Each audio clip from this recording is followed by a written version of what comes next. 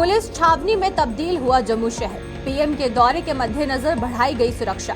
जगह जगह लगे नाकों पर की जा रही जांच।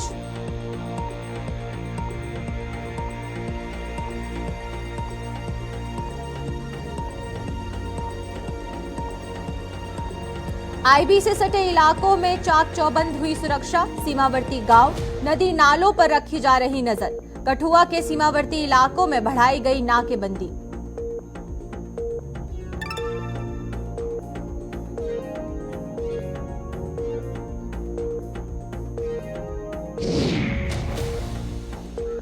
जम्मू कश्मीर में मौसम ने फिर बदली करवट। गुलमर्ग में बर्फबारी से पर्यटकों के खिले चेहरे। मौसम विभाग ने जारी की हिमस्खलन की चेतावनी।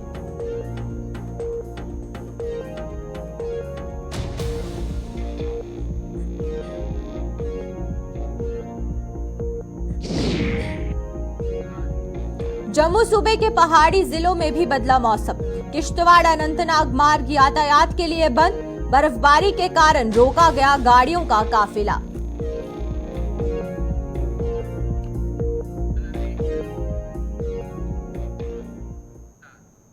नमस्कार, जम्मू कश्मीर का खास बुलेटिन देख रहे हैं आप सब और मैं हूं आपके साथ पल्लवी जम्वाल। तो चलिए शुरुआत करते हैं आज के जम्मू कश्मीर के खास बुलेटिन की। प्रधानमंत्री नरेंद्र मोदी के मंगलवार को जम्मू दौरे के मद्देनजर जम्मू वेस्ट के आसपास के इलाके पुलिस छावनी में तब्दील हो गए हैं। पीएम दौरे के चलते चप्पे चप्पे पर सुरक्षा व्यवस्था बढ़ा दी गई है और जगह जगह पर अतिरिक्त नाके स्थापित कर वहां से गुजरने वाली गाड़ियों पर सख्ती से जांच की जा रही है। इस खबर पर हमारे साथ कुछ ही देर में हमारे संवाददाता ज्वाइन करेंगे, लेकिन उससे पहले आप तस्वीरें देखें जो कि जम्मू शहर से सामने आ रही हैं। वो जगहें जहां पर ज्यादा आवाजाही रहती है लोगों की, खासकर बात करें अगर हम लोग स्टेडियम के नजदीकी इलाके की, तो यहाँ पर भी नाका जो है वो लगाया गया है। हर आने जाने वाली गाड़ी की जांच की जा रही है और किस तरीके से चाक चौबंद बढ़ाई गई है, क्योंकि आपको बताएं कि प्रधानमंत्री नरेंद्र मोदी के दौरे को लेकर ये जो तैयारियां हैं ये पूर्ण कर ली गई हैं। और उसको लेकर खासकर अगर हम बात करते हैं जम्मू शहर की, तो जम्मू शहर के स्टेडियम के आसपास के जो इलाके हैं वहां पर पूरे तरीके से चाक चौबंद हमें देखने को मिल रही है। हमारे साथ यहाँ पर हमारे संवाददाता अनिल शर्मा ज्वाइन कर चुके हैं ग्राउंड से।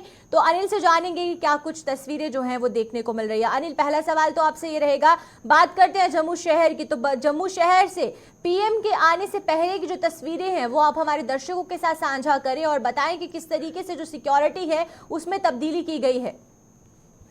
देखिए, इस वक्त अगर हम बात करते हैं तो इस वक्त एडमिनिस्ट्रेशन की तरफ से जो है एक बड़ा फैसला लिया गया है और नो फ्लाइंग जोन जो है वो कर दिया गया है। और आपको बताते हैं कि प्रधानमंत्री के दौरे को लेकर जो है पूरी तरह से तैयारियों में जो है जम्मू कश्मीर की एडमिनिस्ट्रेशन के साथ साथ जो है सुरक्षा एजेंसियां जो है वो अलर्ट हो चुकी है।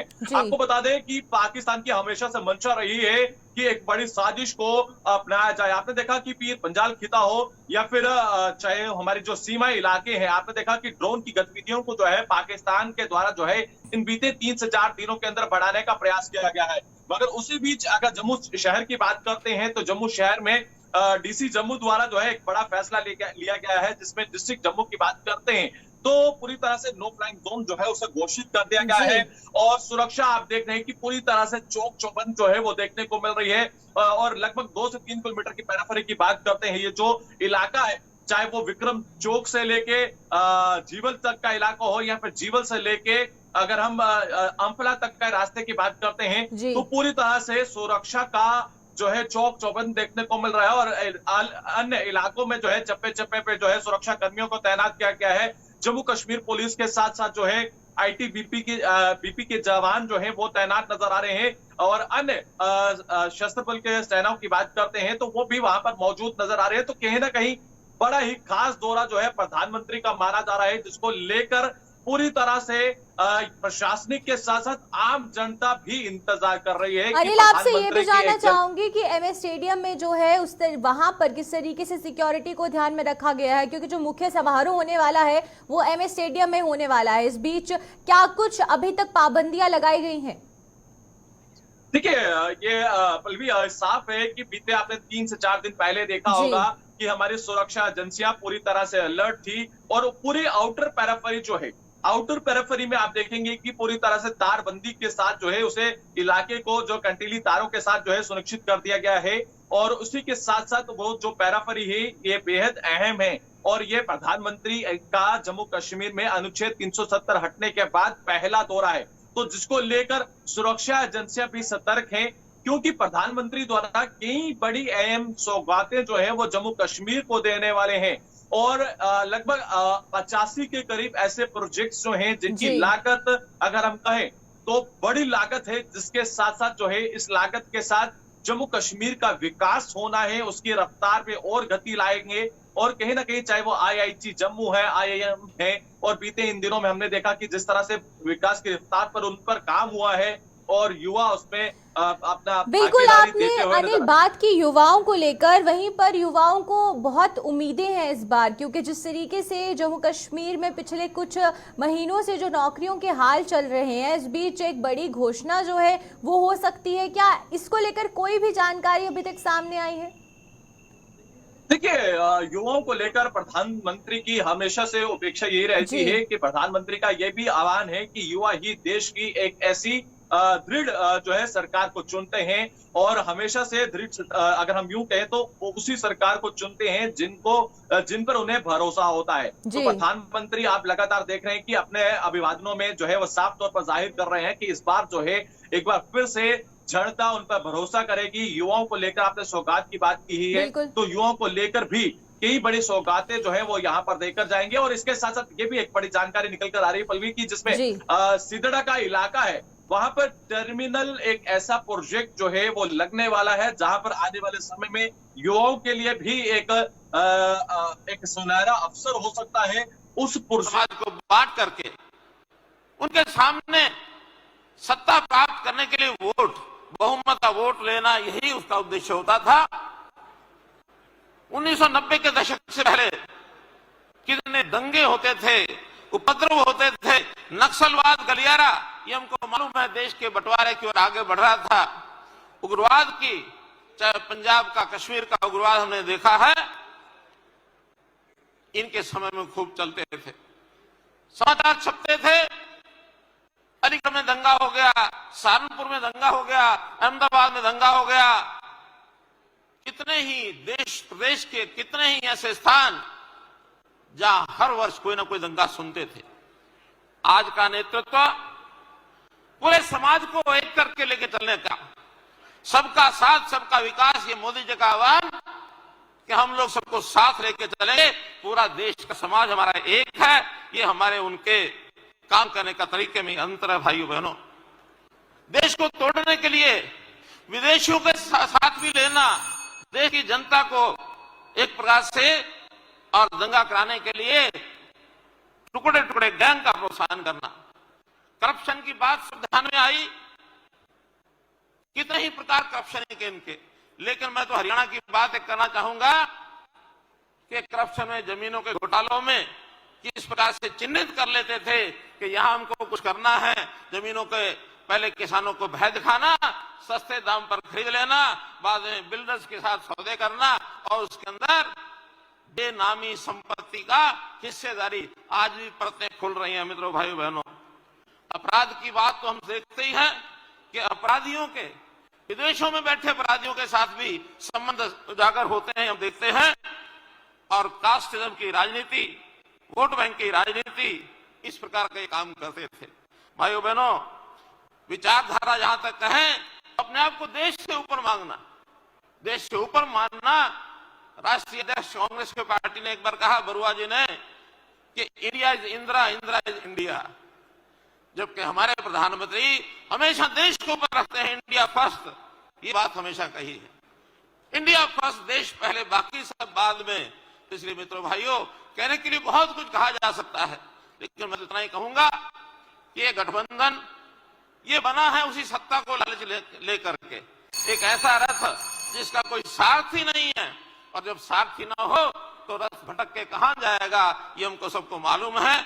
मैं आज इस अवसर पर अधिक न कहते हुए इतनी बात कि इस प्रस्ताव को हम जन जन तक पहुंचाएं और इस भावना से हम आखिरी व्यक्ति तक अपनी बात को पहुंचाएंगे, तो निश्चित रूप से ये जो युद्ध समर जिस प्रकार से इलेक्शन का आगे बढ़ रहा है, दैव और आसुरी शक्तियों के बीच में चुनाव, इस चुनाव में जितना आज का टारगेट यानी भारतीय जनता पार्टी 370 और एनडीए 400 पार इस लक्ष्य को प्राप्त करने के लिए आगे बढ़े।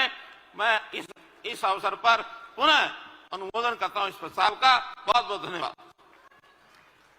धन्यवाद मनोहर जी। ने जो जितने भी रूट्स रहे हैं पुराने आतंकियों के, वो उस इलाके में काफी गहनता से तलाशी ली जा रही है।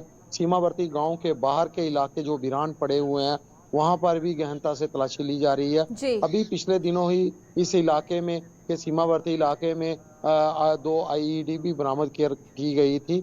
उसके चलते सुरक्षा बलों द्वारा कोई भी जोखिम नहीं उठाने की कवायद जो है शुरू की गई है, और जिसके चलते व्यापक तलाशी अभियान और हर आने जाने वाले पर नजर रखी जा रही है। और यहाँ पर रंजीव, आपसे एक सवाल मेरा ये भी रहेगा कि ये भी बताया जा रहा है कि हर जिले में जो भाजपा के कार्यकर्ता है वो कार्यक्रम करते हुए नजर आएंगे और जो रैलियां हैं वो निकाली जाएंगी, तो इस बीच कठुआ में किस तरीके से अभी तक तैयारियां देखने को मिल रही है प्रधानमंत्री के आगमन को लेकर? कठुआ की बात करूं तो यहाँ पर भी काफी उत्साह है कार्यकर्ताओं में, खासकर भाजपा के कार्यकर्ताओं में काफी उत्साह है। 3-4 बैठक जब से ये दौरा निर्धारित हुआ है, इसकी डेट निर्धारित हुई है, तब से लेकर ही भाजपा के जितने भी कार्यकर्ता हैं, जिला अध्यक्ष से हमारी बात होती रहती है, उनके कार्यक्रम भी हमने दिखाए और उनके चलते उनके साथ जितने भी कार्यक्रम है उनको इस रैली को सफल बनाने के लिए हर कार्यकर्ता, जमीनी स्तर का कार्यकर्ता है, गांव-गांव तक, चाहे पहाड़ी इलाका, बनी बसोली का इलाका हो, बिलावर का दूर दराज का इलाका हो, चाहे हीरानगर हो, जहाँ कठुआ का एरिया हो, यहाँ पर हर जगह कार्यकर्ता है वो कार्यक्रम कर रहे हैं। घर घर जाकर लोगों को इस रैली में शामिल होने के लिए प्रोत्साहित कर रहे हैं। और इसी के साथ इस रैली की सफलता को लेकर भाजपा ने अपनी कमर कस ली है और हर जगह से ये कार्यकर्ता जो है वो निकलने की तैयारी में बैठे हुए हैं। जी चलिए, बहुत बहुत शुक्रिया आपका तमाम जानकारी देने के लिए रंजीव। तो ये थे हमारे साथ रंजीव मेहता। कठुआ की तस्वीरें आपने अपनी टीवी स्क्रीन पर देखी कि किस तरीके से जो चाक चौबंद है उसे बढ़ा दिया गया है और उसको लेकर अब प्रधानमंत्री के आगमन को लेकर जो तैयारियां हैं वो पूरी कर ली गई हैं और इसको ध्यान में रखते हुए जो पूरा सीमावर्ती गांव है वहां पर भी तलाशी अभियान चलाया जा रहा है ताकि किसी तरीके की कोई भी ऐसी घटना ना हो जिससे कि इस दौरे पर कोई असर पड़ सके। तो चलिए बात करते हैं वेस्टर्न डिस्टर्बेंस को लेकर। जम्मू कश्मीर में फिर से वेस्टर्न डिस्टर्बेंस के सक्रिय होते ही कश्मीर घाटी के कई इलाकों में बर्फबारी का दौर शुरू हो गया है। पर्यटन स्थल गुलमर्ग में फिर से बर्फ गिरने से पर्यटकों को मुंह मांगी मुराद मिल गई है। वहीं पर मौसम विभाग ने बारामूला जिले में भी हिमस्खलन की चेतावनी दी है और लोगों से एहतियात बरतने की भी अपील की है। इस पर हमारे साथ हमारे संवाददाता गुलमर्ग से इशफाक डार थोड़ी देर में जुड़ेंगे और वहीं पर आप तस्वीरें देख सकते हैं पर्यटकों की कि किस तरीके से पर्यटक खुश होते हुए नजर आ रहे हैं, क्योंकि इस बार जो बर्फबारी है वो काफी देर से हुई है और चिले कलां में जो बर्फबारी थी वो देखने को नहीं मिली और अब जाकर जो बर्फबारी है वेस्टर्न डिस्टर्बेंस के हिसाब से मेट्रोलॉजिकल डिपार्टमेंट ने पहले ही ये कहा था कि 17 तारीख से लेकर 21 तारीख तक जो मौसम है उसमें तब्दीली हो सकती है और वैसा ही कुछ देखने को भी मिल रहा है। और वहीं पर वेस्टर्न डिस्टर्बेंस की वजह से जो बर्फबारी है वो हमें देखने को मिली गुलमर्ग में, लेकिन वहीं पर कुछ जगहों पर मौसम विभाग ने कुछ एडवाइजरी भी जारी कर दी गई है। हमारे साथ हमारे संवाददाता इशफाक डार यहां पर जुड़ चुके हैं, तो इशफाक से तमाम जानकारी लेंगे। इशफाक, पहले तो गुलमर्ग की बात करेंगे। पर्यटकों में काफी ज्यादा खुशी देखने को मिल रही है और तब बड़ी तादाद में जो पर्यटक है वो गुलमर्ग बर्फबारी का आनंद उठाने के लिए आते हैं और वैसा ही कुछ देखने को भी मिल रहा है, तो उसको लेकर विभाग द्वारा किस तरीके से तैयारियां की गई हैं? जी पल्लवी जी, अगर हम सयाहती मुकाम गुलमर्ग की बात करेंगे क्योंकि ये विंटर डेस्टिनेशन काफी मशहूर है और यहाँ पर जो आने वाले दिनों में खेलों का भी जो है इनेकाद किया जाएगा। खेलो इंडिया का जो है यहाँ पर 21 से 22 तो इनाग्रेशन होगी और यहाँ पर 5 दिन ये खेल जो है चलेंगे, नेशनल विंटर गेम्स जो है यहाँ पर चलेंगे। लेकिन अगर हम यहाँ पर मौसम की माने तो यहाँ पर कल से जो है यहाँ पर बारिशें शुरू हो गई थी और आज रात भर यहाँ पर बर्फबारी हुई है और इस वक्त भी गुलमर्ग की अगर बात करेंगे यहाँ पर अच्छी खासी बर्फबारी जो है हो रही है। अगर अपर की बात करेंगे वहाँ पर 3 इंची ताजा बर्फबारी जो है रिकॉर्ड की गई है और गुलमर्ग के बाउल में 2 इंची जो है बर्फबारी रिकॉर्ड की गई है। वही अगर इसके जो निचले वाले इलाके हैं, चाहे हम बारामूला की बात करेंगे, टंगमर की बात करेंगे, कुंदर की बात करेंगे, यहाँ पर भी जो है बारिशों के साथ साथ अभी जाके जो है बर्फबारी का जो दौर जो है वो शुरू हो गया और यहाँ पर भी इस वक्त अच्छी खासी बर्फबारी होना शुरू हो गई है। और जहां तक हम महकमा मौसमियात की माने तो उनकी तरफ से बहादुर एमडी डिपार्टमेंट जो है उनकी तरफ से एक एडवाइजरी भी जारी कर दी गई है जिसमें यह साफ ये कहा गया कि वादी कश्मीर के जितने भी ऊपरी जो इलाके हैं जिसमें गुरेज आता है, बांडीपुरा आता है, बारामुल्ला, कुपवाड़ा जो है, मच्छिल, करना, टीटवाल, ये कुछ ऐसे इलाके हैं जहां पर ये बर्फानी तोदे गिरने की जो है वार्निंग भी जारी कर दी गई है। क्योंकि अगर हम गुलमर्ग के हवाले से ये बताएं कि गुलमर्ग में यहाँ की एडमिनिस्ट्रेशन ने जो है कल ही एक जायजा मीटिंग लिया, उन्होंने ये साफ कहा कि आज से भारत और गुलमर्ग के लिए जो है जो ट्रैफिक एडवाइजरी जारी कर दी गई है, सिर्फ 4x4 व्हीकल्स जो है वो गुलमर्ग जाएंगे और द्रंग जो सयाजी मुकाम द्रंग है वहां पर जो अल्टरनेट व्हीकल्स है जो जिन्हें हम ATV के नाम से जानते हैं, तो उन्हीं गाड़ियों को जो है द्रंग जाने की अनुमति दी जाएगी और बाकी जो गाड़ियां हैं उन्हें टंगमर्ग से बाहर जो पार्किंग स्लॉट्स दिए गए हैं इंतजाम एक तरफ से वहीं पर रहने के आदेश दिए गए हैं। क्योंकि अगर हम गुलमर्ग की माने वहां पर बर्फबारी इस वक्त भी हो रही है और पर्यटकों को कोई भी मुश्किलात ना हो उस वजह से इकदाम उठाए गए। बिल्कुल, आपसे इशफाक यहाँ सवाल मेरा ये भी रहेगा कि जब बर्फबारी होती है उस बीच खासकर बात करें अगर बिजली की, तो बिजली की दिक्कतें देखने को मिलती है, इलेक्ट्रिसिटी प्रॉब्लम के साथ साथ वाटर सप्लाई में भी जो इशू है वो होना शुरू हो जाता है। तो क्या इस तरीके से कोई परेशानी हमें देखने को मिल रही हो बर्फबारी के दौरान? हाँ जी बिल्कुल, जिस तरह से हम पिछले कई दिनों से हमने देखा कि वादी के जो हमारे जो यहाँ पर डिस्ट्रिक्ट बारामूला है, यहाँ पर कुछ बहुत सारे ऐसे इलाके थे जहाँ पर पानी की जो किल्लत थी, लेकिन वो इस वजह से थी कि जहाँ पर जो नदी नाले हमारे थे वो सूख गए थे, जहाँ पर मेन जो पीने का पानी जो सोर्स था वो खत्म हो गया था। और जब बारिशों का सिलसिला यहाँ पर शुरू हुआ है उसके बाद ये बिल्कुल जो है ये कह सकते हैं कि जो फिल्ट्रेशन प्लांट्स है वहां पर पानी का थोड़ा सा असर जो है वो देखने को मिल रहा है और पानी उनमें आ रहा है। लेकिन महकमा जो है जो जल जीवन मिशन है उनकी तरफ से अभी कोशिश की जा रही है, टैंकर्स को यहाँ पर रखा गया है ताकि लोगों को पानी फराहम हो। वही आपने बिजली की बात की, तो बिजली के हवाले से ये बताते चले कि अभी जाके हम ये कह सकते हैं कि जिस तरह से महकमा की तरफ से जो शेड्यूल कटलमेंट शेड्यूल जो है जो सार्फिन के लिए दिया जाता है उस हिसाब से यहाँ पर बिजली फराहम नहीं की जाती है। क्योंकि अगर आपको 4 घंटे बिजली चलानी है तो आपको उसमें से 2 ही घंटे 2.5 घंटे बिजली नसीब होती है। वही जाके दूसरी तरफ महकमा जो JKPDCL है उन्होंने बादल एक एडवाइजरी भी जारी कर दी है कि अगर जो सरकारी मुलाजमीन है अगर वो बिल का भुगतान नहीं करते हैं, वो सरकारी जो बिल नहीं भरते हैं, तो उनका जो बिजली है या उनका जो तनख्वाह है वो वागुजार नहीं किया जाएगा। जी चलिए, बहुत बहुत शुक्रिया आपका इशफाक तमाम जानकारी देने के लिए। तो गुलमर्ग से हमारे साथ इशफाक डार यहाँ पर जुड़े थे और तस्वीरें देख सकते हैं कि पर्यटक बर्फबारी का लुत्फ उठाते हुए यहाँ नजर आ रहे हैं।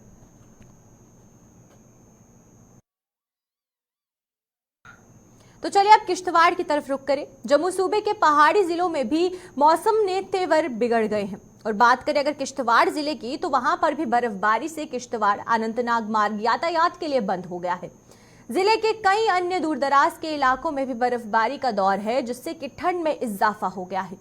इस खबर पर अपडेट के लिए किश्तवाड़ से हमारे संवाददाता जिशान हमारे साथ यहाँ जुड़ेंगे और जिस तरीके से बर्फबारी देखने को मिली और वेस्टर्न डिस्टर्बेंस के चलते जो बर्फबारी है वो ऊपरी इलाकों में होती हुई नजर आई है, जिसके चलते किश्तवाड़ अनंतनाग का जो रास्ता है वो यातायात के लिए बंद कर दिया गया है। और यातायात पर सबसे ज्यादा प्रभाव जो है वो मौसम का ही देखने को मिलता है क्योंकि पहाड़ी इलाकों में जो रोड है वो बंद होने की कगार पर पहुंच जाते हैं और यातायात इससे प्रभावित होता है। हमारे साथ अभी हमारे संवाददाता यहाँ अजय शान ज्वाइन कर चुके हैं, तो अजय से पूरी जानकारी लेंगे। अजय, आपसे पहले तो जानना चाहेंगे कि यातायात की बात करें तो यातायात पर बर्फबारी का किस तरीके से असर देखने को मिला? देखिए अभी जो डिस्ट्रिक्ट के मैक्सिमम रूट्स हैं वहां पर यातायात जो है शेड्यूल के मुताबिक नॉर्मल तरह चल रहा है, लेकिन जो संथन टॉप से होते हुए हमारा किश्तवाड़ अनंतनाग मार्ग है वहां पर भारी बर्फबारी के चलते यातायात रोक दिया गया है। क्योंकि वहां पर पहले से ही डिपार्टमेंट्स की तरफ से भी एक एवलांच की वार्निंग दी गई है कि ऊपरी इलाकों में एवलांच हो सकता है, तो उसको देखते हुए सिंथन टॉप से यातायात को रोक दिया गया है। और जो दूसरे पहाड़ी इलाके हैं वहां पर भी लोगों को सचेत किया गया है कि एवलांच के खतरे को देखते हुए वह बिना जरूरी काम के घरों से बाहर न निकलें और एहतियात बरतते हुए ही कहीं ना कहीं वो सफर करें। जहां तक किश्तवाड़ बटोत नेशनल हाईवे की बात है वहां पर रास्ते जो यातायात है बराबर चल रहा है, दूसरे जो लिंक रोड्स हैं वहां पर यातायात रूटीन के मुताबिक चल रहा है, लेकिन खाली सिंथन मार्ग पर ही यातायात जो है रोक दिया गया है। जी पल्लवी, बिल्कुल आपसे अजय यहाँ ये भी जानना चाहूंगी कि जिस तरीके से वेस्टर्न डिस्टर्बेंस की बात की गई है तो क्या मौसम विभाग द्वारा कोई एडवाइजरी जारी की गई है? एवलांच के कोई इस तरीके की एडवाइजरी हो कि एवलांच होने वाला है या ऊपरी इलाकों में जो एहतियात बरतने के लिए लोगों को कहा गया हो? बिल्कुल पल्लवी, देखिए मैट की तरफ से पहले ही कहा गया है कि हैवी स्नोफॉल भी हो सकता है मैदानी और ऊपरी इलाकों में, तो उसके देखते हुए ये भी एक वार्निंग आई है। पिछले 2 दिन से लगातार ये संदेश फ्लैश हो रहे हैं कि एवलांच आ सकते हैं जो ऊपरी इलाके हैं क्योंकि ये इलाका जो है एवलांच प्रोन पहले से ही यहाँ पर हिस्ट्री रही है कि एवलांच आते रहे हैं और कहीं ना कहीं जानी नुकसान भी इसमें होता रहा है।